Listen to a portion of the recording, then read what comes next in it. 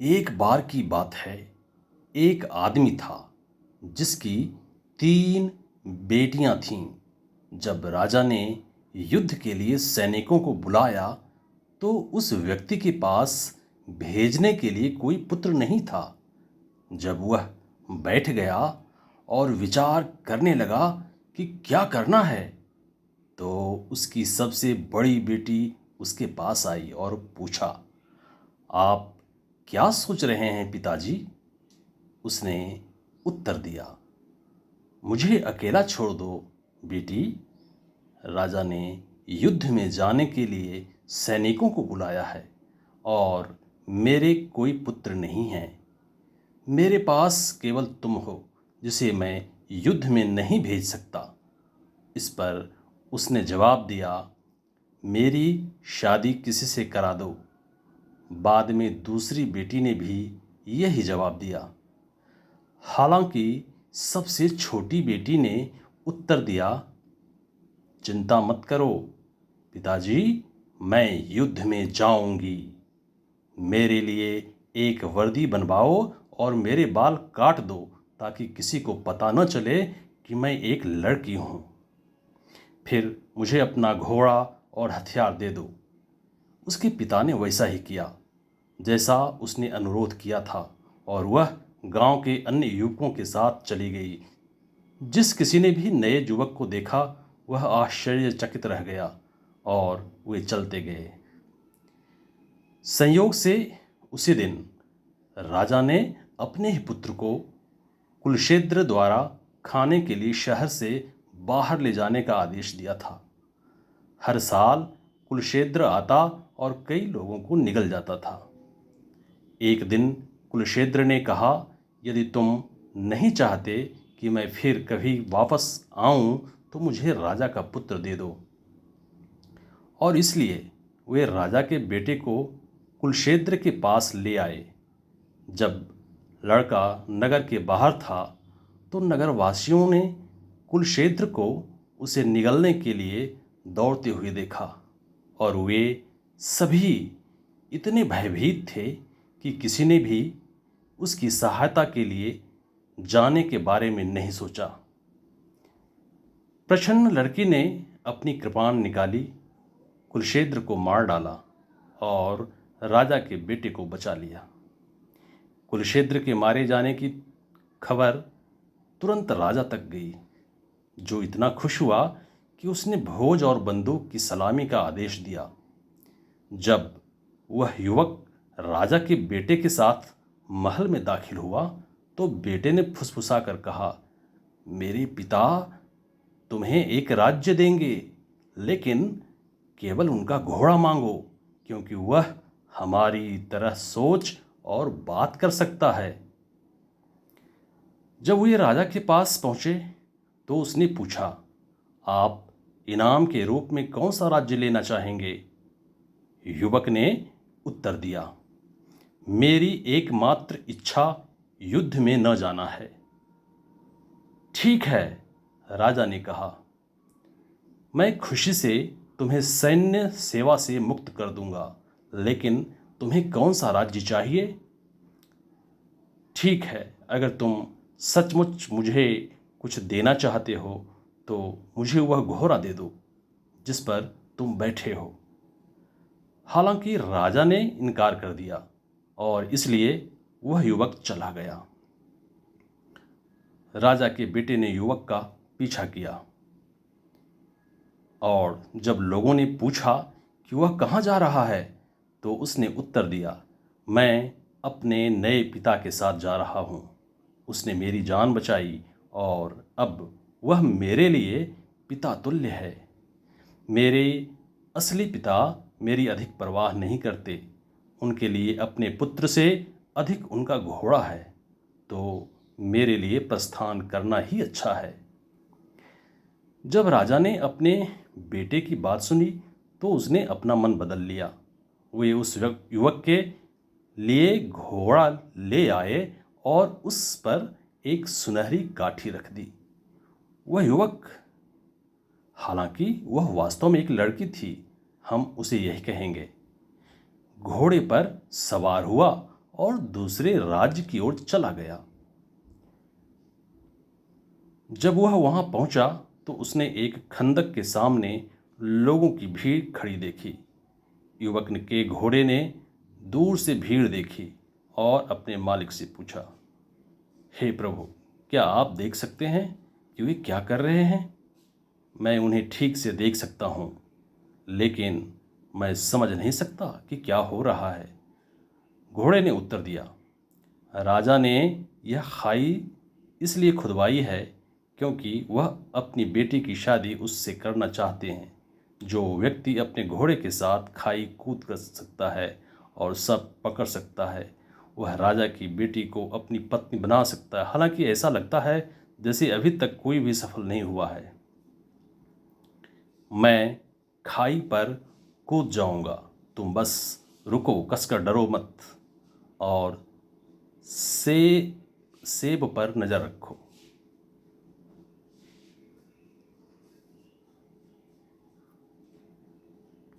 जब मैं कूदूंगा तो खाई के किनारे ठोकर खाऊंगा, इसलिए मेरी आयाल पकड़ो और रुको। जैसे ही वे बात कर रहे थे, घोड़ा पास आया। फिर वह खाई की ओर दौड़ा और उस पर छलांग लगा दी। जब वह दूसरी ओर पहुंचा तो उसका एक पैर लड़खड़ा गया। युवक ने आयाल पकड़ लिया और घोड़ा फिर से हवा में उछल गया ताकि युवक सेब पकड़ने में सक्षम हो सके। हर कोई आश्चर्यचकित था क्योंकि कई लोगों ने खाई को कूदने की कोशिश की थी, लेकिन कोई भी सेब को पकड़ने में सफल नहीं हुआ था। राजा ने तुरंत विवाह की व्यवस्था की और अपनी बेटी का विवाह कर दिया। जब विवाह समारोह समाप्त हो गया तो दुल्हा और दुल्हन सोने चले गए। हालांकि वे दोनों लड़कियां थीं। अगली सुबह, जैसा कि प्रथा है, पत्नी से पूछा गया कि उसने रात कैसी बिताई। कुछ नहीं हुआ, उसने जवाब दिया। दूसरी और तीसरी रात भी वैसी ही थी। दरबार में लोगों ने फैसला किया कि उन्हें उस युवक को मार डालना होगा, लेकिन किसी तरह उन्हें उस पर दया आ गई। मुझे पता है कि क्या करना है, एक दरबारी ने कहा। हम उसे लकड़हारे के पास भोजन लेने के लिए जंगल में भेज देंगे। जंगल में एक कुलक्षेत्र है जो आएगा और उसे खा जाएगा। हालांकि दूल्हा दरवाजे के पीछे खड़ा था और उसने सब कुछ सुन लिया। वह अपने घोड़े के पास वापस गया और निराश होकर बैठ गया। आप अत्यधिक दुखी क्यों हैं? घोड़े से पूछा। मुझे दुखी क्यों नहीं होना चाहिए? उसने उत्तर दिया। राजा मुझे जंगल में भेजना चाहता है ताकि कुलक्षेत्र मुझे खा जाए। डरो मत, घोड़े ने घोषणा की। उसका भोजन ले जाने के लिए एक गाड़ी और बैलों की एक टीम के लिए पूछो और मैं तुम्हें बताऊंगा कि जब हम वहां पहुंचेंगे तो क्या करना है। थोड़ी देर बाद ससुर ने युवक को बुलाया और उससे कहा, जंगल में जाओ और लकड़हारे के लिए कुछ खाने के लिए ले आओ। ठीक है, युवक ने उत्तर दिया, लेकिन मुझे भोजन ले जाने के लिए एक गाड़ी की आवश्यकता होगी। अतः उन्होंने उसे वह दिया जिसकी उसे आवश्यकता थी और वह चला गया।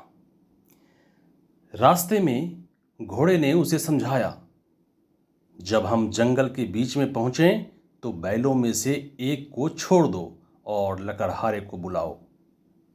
कुलक्षेत्र तुम्हारी बात सुनेगा और तुम्हें खाने के लिए दौड़ेगा, लेकिन चिंता मत करो, उसे पकड़ लो। इसे कान से पकड़कर जुए में डाल दो। घोड़े ने अभी अपनी बात पूरी ही नहीं की थी कि उन्होंने खुद को जंगल के बीच में पाया। युवक ने एक बैल छोड़ा और लकड़हारे को बुलाया। कुलक्षेत्र ने उसे पुकारते हुए सुना और उस पर हमला कर दिया। लेकिन युवक ने उसे कान से पकड़ लिया और बैल के स्थान पर जुए में डाल दिया। तब वे शीघ्रता से राजा के पास लौट आए। जब नगरवासियों ने कुलशेद्र को जुए के नीचे देखा तो वे भयभीत हो गए और अपने घरों में छिप गए। फिर घोड़े ने युवक से कुलशेद्र को छोड़ने के लिए कहा, जो उसने किया। दूल्हा और दुल्हन फिर से एक दूसरे के साथ सोए, लेकिन दुल्हन ने स्वीकार किया कि उसने उसी तरह रात बिताई थी जैसे उसने दूसरों के साथ बिताई थी। इस बार दरबारियों ने कहा, हम उसे उस जंगली घोड़ी को पानी पिलाने के लिए भेजेंगे जो सभी जीवित प्राणियों को खा जाती है। वह उसे भी खा जाएगी। युवक ने फिर से सब कुछ सुना और निराश होकर अपने घोड़े के पास लौट आया, जिसने उससे पूछा कि वह इतना उदास क्यों है। युवक ने बताया, मैं कुलशेद्र से बच गया, लेकिन अब मुझे उस घोड़ी को पानी पिलाना है जो सभी जीवित प्राणियों को खा जाती है। डरो मत, घोड़े ने कहा।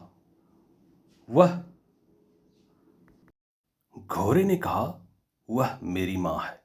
बस राजा से 2 बाल्टी शहद मांग लो।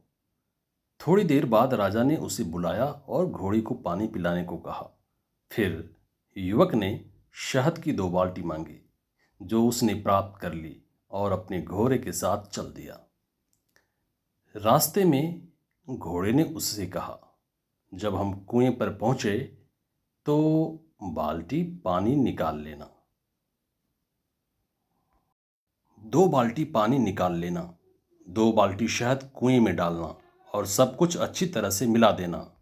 फिर अपनी काठी पास में लटका देना ताकि घोड़ी देख सके यह, और एक ऊंचे पेड़ पर चढ़ जाएगी। जब घोड़ी आएगी तो वह पानी पिएगी, सुनहरी काठी को देखेगी और कहेगी, इतना मीठा पानी और इतनी सुनहरी काठी, मुझ पर बैठने और मेरे साथ खेलने के लिए एक इंसान की ज़रूरत है।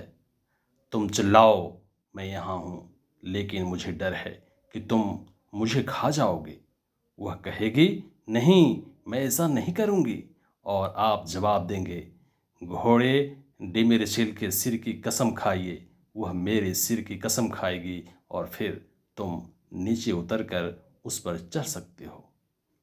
युवक ने वैसा ही किया जैसा घोड़े ने उससे कहा था। घोड़ी आई, थोड़ा पानी पिया, सुनहरी काठी को देखा और कहा, कितना मीठा पानी और इतनी सुनहरी काठी, मुझे अपने ऊपर बैठने और मेरे साथ खेलने के लिए एक इंसान की ज़रूरत है। युवक चिल्लाया, मैं यहाँ हूँ, लेकिन मुझे डर है कि तुम मुझे खा जाओगी। नहीं, मैं नहीं करूँगी। घोड़े डेमिरशिल के सिर की कसम खाओ। उसने कसम खाई और वह पेड़ से नीचे उतर गया, घोड़ी पर चढ़ गया और उसके साथ घूमने लगा। घोड़ी ने फिर कहा, अगर डेमिरशिल यहाँ होता तो मुझे और भी खुशी होती। यहाँ मेरे साथ आपका बेटा भी है। युवक ने कहा, अपने घोड़े को बुलाया और वे सभी एक साथ मौज मस्ती करने लगे। थोड़ी देर बाद युवक और उसका घोड़ा शहर में लौट आए और घोड़ी भी उनके साथ चली गई। जब नगरवासियों ने जंगली घोड़ी को आते देखा तो वे उसे डराने के लिए उस पर चिल्लाने लगे, लेकिन घोड़ी नहीं गई। आखिरकार उसके बेटे ने उससे घर लौटने की विनती की और उससे वादा किया कि वह फिर से उसके साथ खेलने आएगा, और इसलिए वह चली गई। दूल्हा राजा के पास लौट आया और दुल्हन के साथ एक बार फिर सो गया। फिर कुछ नहीं हुआ। इस बार राजा ने युवक को सांपों से भरे चर्च में कर वसूलने के लिए भेजने का निश्चय किया। जो सांप वर्षों से नहीं चुका रहे थे, युवक के दरवाजे के पीछे से सब कुछ सुन लिया और निराश होकर अपने घोड़े के पास लौट आया। घोड़े ने पूछा, महाराज, आप इतने उदास क्यों हैं? इस पर मैं सचमुच मरने जा रहा हूं। उसने उत्तर दिया, राजा मुझे सांपों से भरे चर्च में भेजने जा रहा है। चिंता मत करो, घोड़े ने जवाब दिया। घंटियों से ढकी एक बग्घी और पैसे ले जाने के लिए कुछ गधे मांगो। युवक ने वैसा ही किया जैसा घोड़े ने कहा था, और उसके ससुर ने उससे कहा कि उसे चर्च जाना होगा। जब वे चले गए तो वे जंगली घोड़ी को अपने साथ ले गए, और घोड़े और घोड़ी ने एक युवक को समझाया कि उसे क्या करना है। मैं और मेरी माँ, घोड़े ने कहा, दरवाजों की रक्षा करेंगे और जोर जोर से हिनहिनाएंगे। तुम सभी घंटियों के साथ खिड़की के माध्यम से चढ़ो और उन्हें बजाओ। तब सांप चिल्लाएंगे और पूछेंगे कि क्या आप देवता हैं, उन्हें यातना देने के लिए आए हैं? आप राजा के कर मांगना और कहना कि यदि वे कर नहीं चुकाएंगे तो भगवान उन्हें नष्ट कर देंगे। जब वे चर्च पहुंचे तो उन्होंने सब कुछ योजना के अनुसार किया।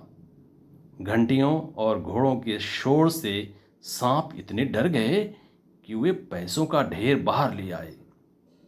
जब तीनों घर जा रहे थे तो सांप उनके पीछे पीछे दौड़े और युवक पर हमला कर दिया, लेकिन उसे कोई नुकसान नहीं पहुंचा सके। तब उन्होंने उसे शाप देते हुए कहा, यदि तू, जिसने हमारा धन छीना है, लड़का है तो तू लड़की बन जाए, और यदि तू लड़की है तो लड़का बन जाए। और लड़की को अचानक यह एहसास हुआ, वह एक लड़के में बदल गई थी। वे राजा के पास लौट आए, और जब दूल्हा दुल्हन अगली सुबह उठे तो युवती से जब पूछा गया कि उसने रात कैसी बिताई, तो उसने उत्तर दिया, आपको और कोई प्रश्न पूछने की आवश्यकता नहीं है। मैंने एक अद्भुत रात बिताई है।